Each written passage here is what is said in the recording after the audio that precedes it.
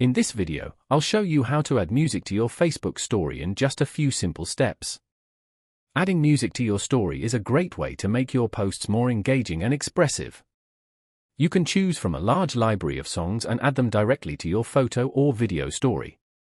First, open the Facebook app and tap on Create Story at the top of your home feed. Now select a photo or video from your gallery, or capture a new one using the camera.